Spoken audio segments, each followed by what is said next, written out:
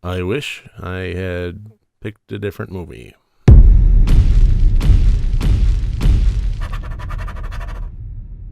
Hello and welcome to Rotted Review of the Day, and today I am taking a look at the 2018/2019, depending on where you look, movie The Final Wish. IMDb has it listed as 2018, and that's usually kind of my North Star as far as picking a source of metadata and sticking with it for the sake of consistency. So this movie followed the character of Aaron Hammond, who is a fledgling lawyer. He has finished school. He has passed the bar exam, and he is also being turned down for major jobs at major firms because the school that he went to was not as prestigious as his competitors.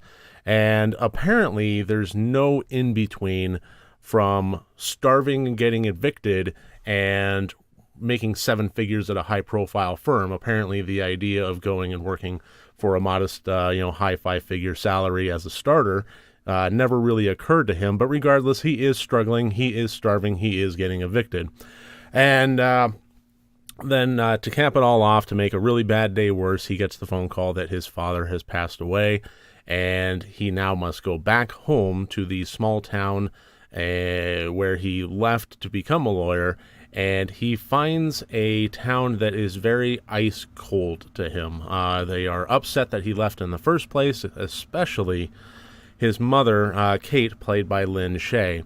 And, she's in mourning for her husband's loss, and she is very, very harsh with Aaron about the fact that he left. And so he's navigating this small town, trying to mend fences, trying to pick up pieces, trying to help his mother, who is lashing out at him every which way. And while he's also going through his father's possessions, and weird things start happening. I'm kind of debating on whether or not to... it's not really spoilery, but at the same time, they're very coy in this movie about revealing what is going on. But at the same time, that level of coyness is betrayed by the title of the film. So you know what? I'm just going to go ahead and go through with it, because it is absolutely not like a critical twist within the movie or spoiler for the end or anything like that.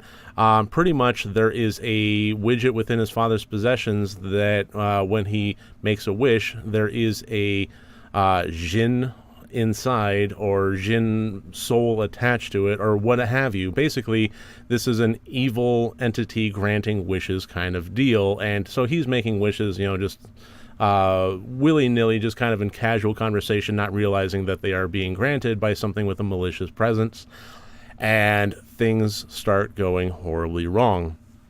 So it takes him some time to figure that out and bring the audience along in for the ride. While he's mending these fences and building these relationships and trying to help his mother and so on and so forth.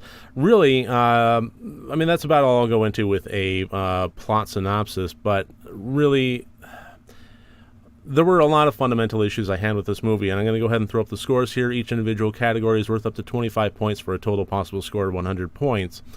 But I think one of the big problems that I had with this movie is, one, it was fairly... milk toast. It was just kind of bland paste. There wasn't a whole lot there that I really considered to be too awful special or noteworthy. Certainly nothing new conceptually.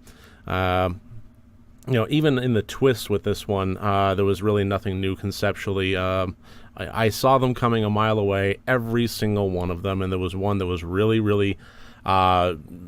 look how clever we are, except the fact that it's been done to death. Honestly, I'm not going to even say what this is, but all I will say is that this character trope needs to go away for a good long while. It was groundbreaking in the late 90s, but now it needs to quiet down for a bit, because it's gotten to the point where it's influencing my watch. And as soon as I start seeing interactions between characters seem a little bit odd in this regard, all of a sudden, that's what's going on. And yeah, that happened with this one. I saw it coming a mile away, so when the big reveal happened, I'm like, ooh, look how clever you are. And that's really kind of the whole thing about this movie is this attacks all characters and conflict and conceptual imagery with a broadsword instead of a scalpel. There's really nothing very clever or nuanced about it, and while at the same time also being kind of boring in parts. It did manage to eke out a few interesting scenes, and there were some acting moments in this that really did kind of add some good creepy tones to it that I think this was not a bad movie, and that's the interesting thing about reviewing nothing but horror films is the scale between good and bad tends to be a little bit miscalibrated from other reviewers. But no, this was absolutely not a bad movie. This was just kind of a blah movie. This was kind of a what's the point movie. And by the time the end credits rolled, I was just kind of thinking, what was the point? I mean, if I wasn't having a channel where I was reviewing it, I would consider my time to have been wasted. That's not to say that it was a bad watch. It's just kind of in that weird gray area for me there.